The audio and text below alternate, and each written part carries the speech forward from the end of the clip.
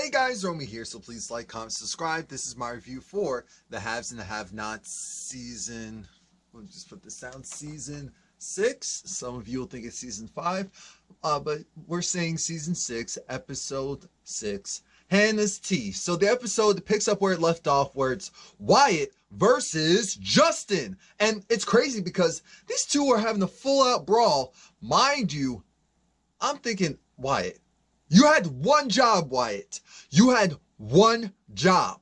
And it was fight Justin. And you couldn't even do that. You couldn't even do that. You had to have Jim come and save you. So now Jim comes into the fray, gets Justin off of Wyatt. Wyatt has a bloody mouth. And Jim's trying to figure out, wait a minute, who are you? What are you in relation to my brother? I mean, to my son. And at one point, Justin says, and another thing, stay away from Jeffrey. And I'm thinking, oh my God, really? Really? So now once he leaves, Jim's looking at Wyatt like, why are you fighting with that officer? What are you doing? What's going on? And most importantly, why did that officer say stay away from Jeffrey? And are you and Jeffrey doing oh, wait a minute, Wyatt. I don't have a problem with you being gay if you're gay, but just let me know what's going on. I said, Jim, hold on to that thought, because that's always a slight possibility. But that's not what's going on at this moment. Wyatt doesn't want to tell Jim what's going on. Wyatt's being super defiant, like, all right, I'm not telling you anything. Get out of my house. Get the hell out of my house. Go, leave.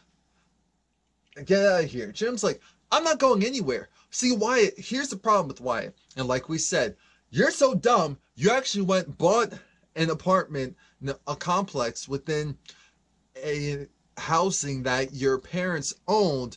You paid $2 million for it when you should have only paid $700,000. Jim's trying to look. Jim needs to go and get some money, so clearly that's one of the reasons why he's going after Wyatt, aside from saving his son, because he doesn't believe that Wyatt's in rehab. He doesn't believe that Wyatt's going to stay clean. And so Jim apologizes for, and I said, oh, are we going to get a real apology? No. Jim apologizes for, I'm sorry I didn't teach you proper money management. I looked at Jim like, you had one job. And you couldn't get that right. You couldn't get that right. Idiots. I'm surrounded by incompetence. I am. That's what all... So now, we have this whole conundrum of Wyatt saying, oh, the courts, watch. I talked to the DA, and I was thinking that he was still talking about Jennifer Salson, but no, he was talking about George. And it's like, I talked to George, the DA, and I'm going to get you guys in jail. You're going to jail. You and mama going to jail. You and mama going to jail. You and mama going to jail. Jail. And Jim said, we'll see about that. If you really think that that's going to happen, then you're more lost than I thought. Wyatt doesn't want to hear anything that Jim has to say, understandably so, because it's Jim we're talking about. So that was essentially the end of their conversation. Do I appreciate Jim trying to act like a father? No, because we know that there's an ulterior motive, so we'll move on. Back of Veronica, and she's in the hospital. She thought that she was going to stay in the hospital, but no, they said everything checks out. So why am I in pain? Because you're hurting from within. You are a tortured soul. No, it's because of the bruises from the car accident. So the doctor says, I want to give you some pills. Now, even though I will have said, no, I don't need that. No, thank you. As soon as Veronica said, no, that's fine. I said, oh, that's because you had a little substance abuse problem, didn't you? For people who've been watching the show since the beginning, we know that Veronica has had a substance abuse issue. Aside from all the other issues she has. And next thing, he tells her that there's a police officer waiting to speak to her. And I'm thinking, and she was like, really? I'm thinking, Veronica, you set this all up, so what are you talking about? You know that person's there. So once the officer comes in, Veronica does the whole, what, huh? You were supposed to be here. You were supposed to be here. When I say here, meaning you were supposed to go and make sure what happened to me didn't happen to me, but your job failed. Essentially, it's Veronica being demeaning, Veronica being Veronica's, and I feel like it just went south because the officer was like, do you have any enemies? Veronica huffed, and the officer's like, wait, what does that mean? It means that I'm a defense attorney, which means that I've made a lot of enemies. I've worked with and against a lot of people, some bad, and who knows? I said, okay, that's a fair enough answer, but we'll keep going. What happened? I was driving, someone T-boned me. You didn't think I actually just flipped the car over myself. Maybe, but no. What ends up happening is Veronica tells the story about how this dude, she didn't see him, but she saw the truck. She saw it was a pickup truck. It was black, and that it just came out of nowhere. It wasn't road rage because it came out of nowhere. And Veronica was like, I'm just gonna go compile a list, see who it could be. It was like, well, that's our job. Well, your job already failed. How about this? Why don't you go back to your boss and tell your boss all this, and I'll be in touch with your boss, not you, because you're already proven to me that you're incompetent. I said, who are you talking to like that? The police officer was very nice, very respectful, and said, okay, have a nice day. And she didn't even slam the door. I said, wow, shout out to you. You need a raise, because Veronica would have been like, so are you going to get in the car anytime soon? And then walked out. Petty king, petty. Anyway. Now I will say safe drive home. Anywho, she calls up Benny and says, sidebar, you don't need to go and I'll be at my home shortly, so we'll talk later. Now, David finally calls Veronica, and Veronica's just like, I've been in an accident. He's like, our son's in jail. I don't care about any of that. Well, I'm in a little bit of pain. That's great, but our son's in jail. I said, David, this is the David we've been rooting for. This is the David that we wanted. So now he's just telling her, I don't care about you. I don't care about the situation. Stop being a slow. I said, woo. She said, don't you dare ever call me that again. I would have been like, slow, but just to be petty, because my real life would never be this, so I would not. Anyway, that these characters are acting. Now, David's trying to figure out why would you go and do this to Jeffrey, put him in jail? Because he likes men so much. Why don't I go and have him be around a host of men? How about that? Okay, the phone call ends because she's not going to do anything to help him. David thinks that it's Veronica, so it's like, you know what? I'm tired of your shit, you little beat. I said, ooh, David. Right energy, wrong person. Erica, it was Erica that called him. Oh, wait. What's this about? What's going on? What? Well, I'm sorry. That wasn't for you. She said, oh, okay. Now, the issue is that, remember, she just came from Candace. She's flustered. She goes and makes up an excuse like, oh, she's going to go grocery shopping or getting a couple of things. David was asking, is everything okay? Of course everything's not okay, but she can't really tell you what's really going on. And so he was like, look, I just have to handle some stuff with my ex-wife. That was the person who called. It wasn't some random solo dolo. David, once he hangs up with her, he goes, talks to Mr. Lewis. Yes, that's Justin's last name. So he's talking to Justin, says, look, whatever lover's quarrel you have with my son, that stuff's going to end right now, because let's be very clear.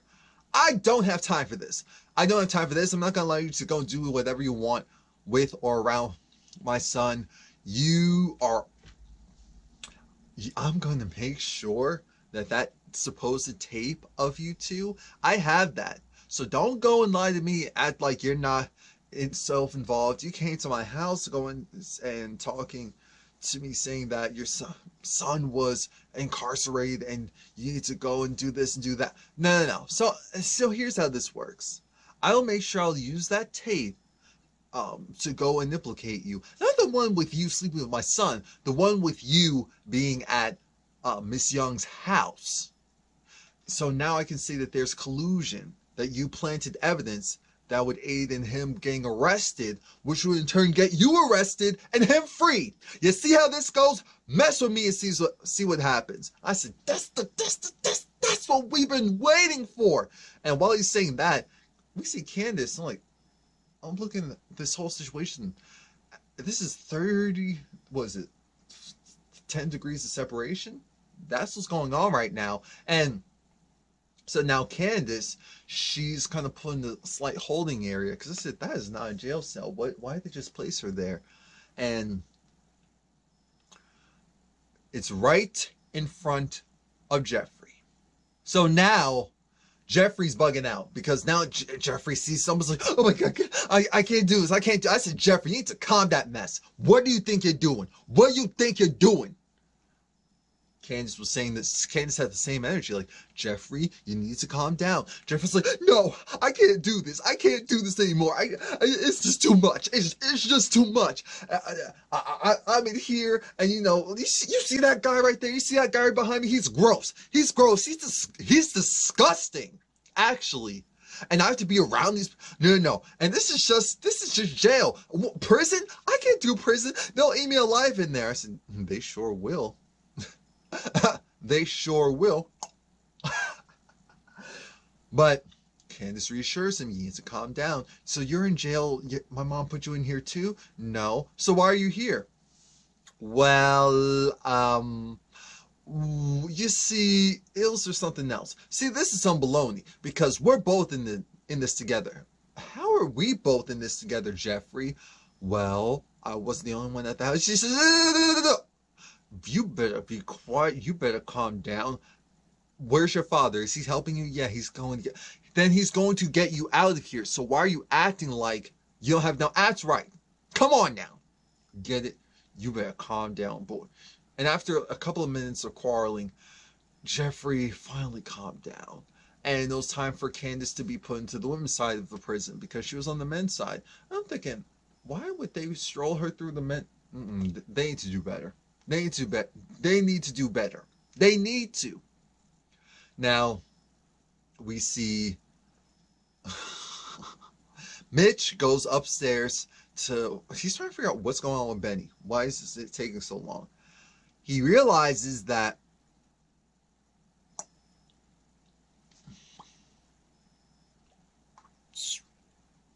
Benny's getting it on with Melissa.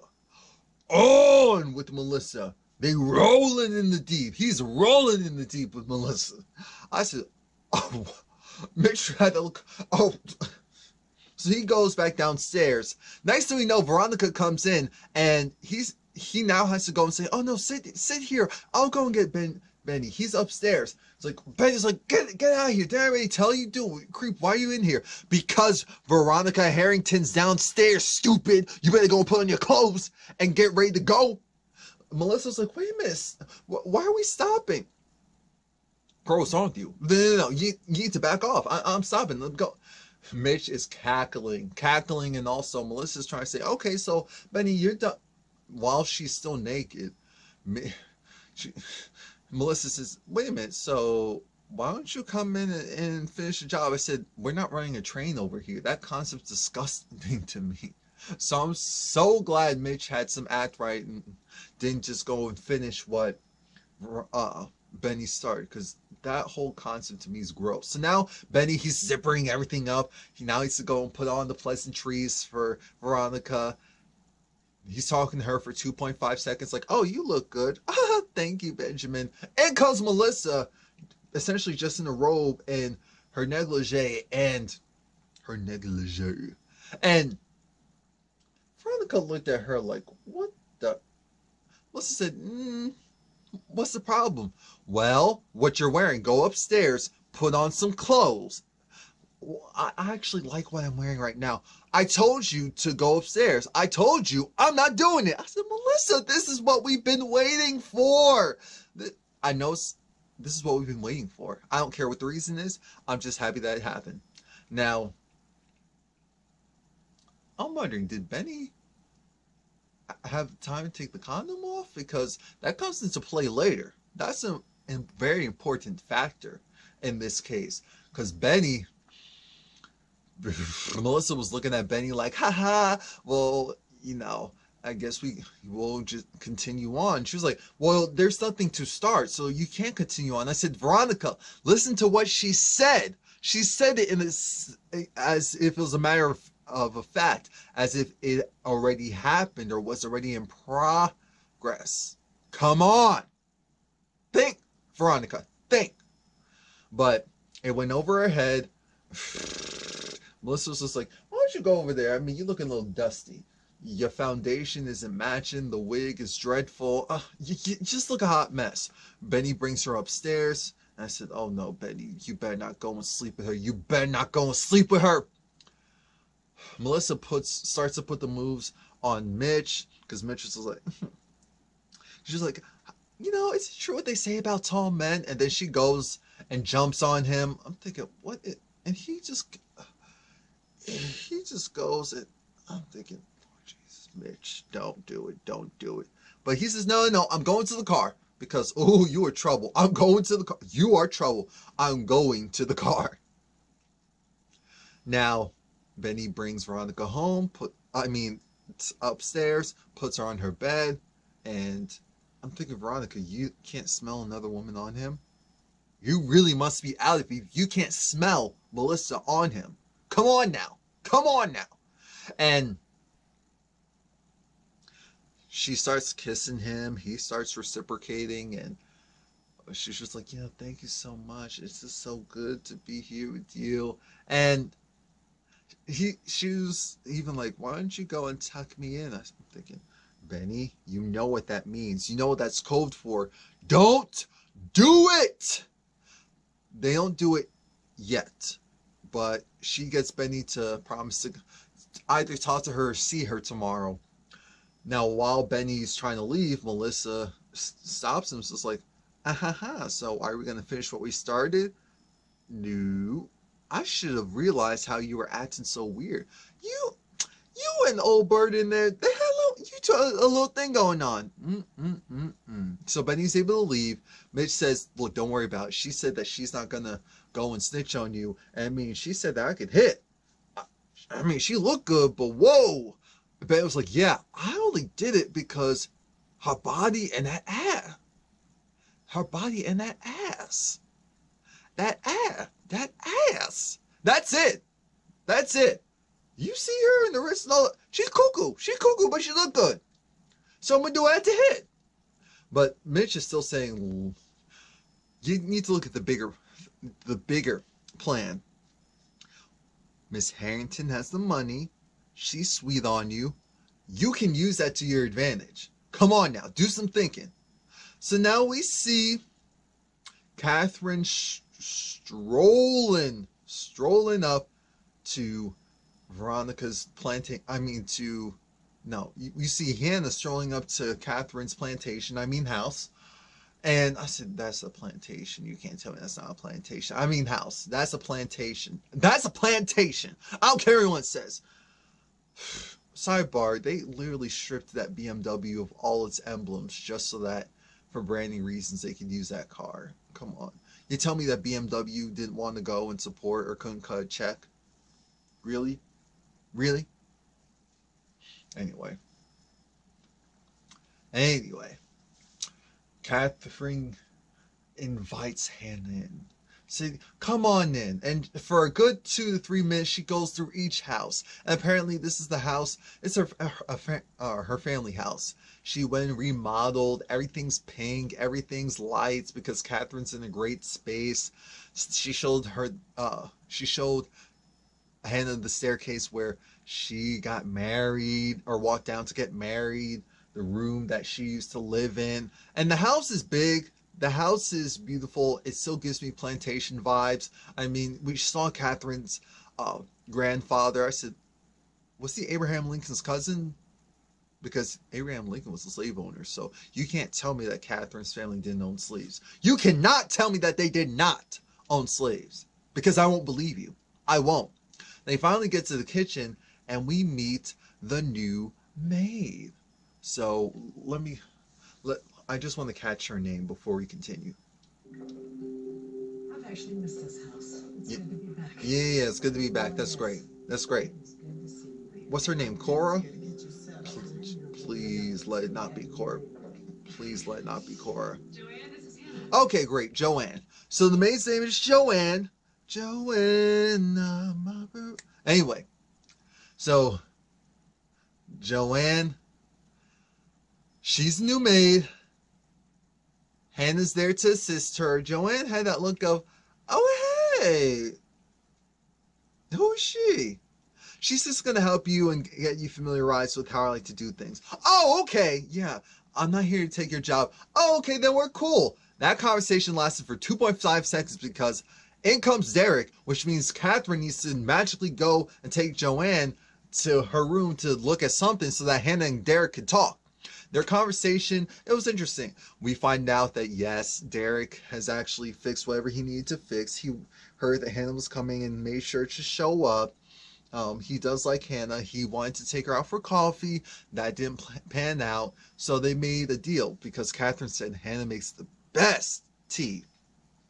So Hanna is going to make him some tea. They're going to have their little tea instead of coffee date there. And if it goes well, then maybe they'll move on to a real date.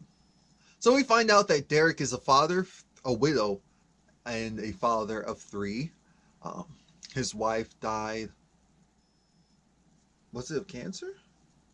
It was of something. So we're like, oh, he is a godly man. Not only is he a godly man, he's a deacon at Calvary. He's a deacon at Calvary. Go figure. And they bond over church. We find out that Katherine basically said everything that you need to know about Hanna to Derek. So Hanna was just like, look, the reason why I curved you, there was a lot going on, to apologize, but you came off super thirsty.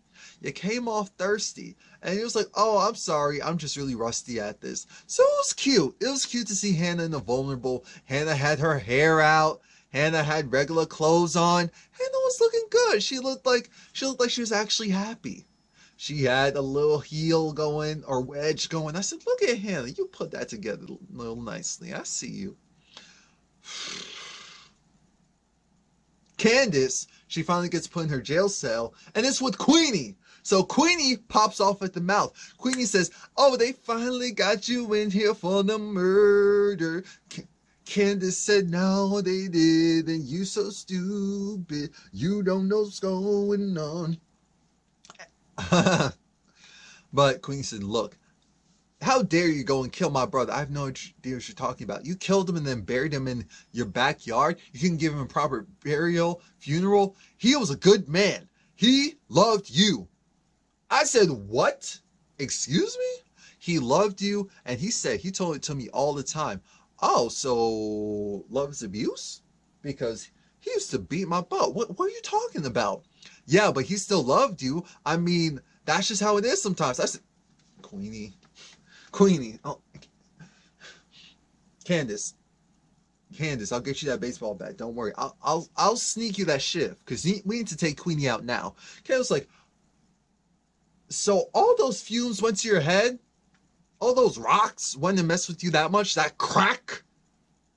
Because there's only one way you can actually think that. Congratulations. He's gone. He's not a good person. I didn't do it. Trust, I didn't do it. But what you need to know is that it's over. He's gone. And the world's a lot better for it. Queenie said, and then your son. It was retribution. The fact that your son died. With me, regardless of what you say or think happened, at least he lived when he was with me. I looked at her and said, Candace, get her.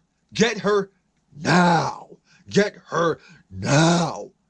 He was with you for how long? And then they went and shot him in a hotel? Are you kidding me? I said, Queenie, you need to shove. That's karma. That's karma. What you did to my brother, I said, Candace, get her. So like Candace went, lunge, punch her in the face, punch, punch, punch. And then started ragtagging, took off them shoes, kick. I said, that's right. Get her.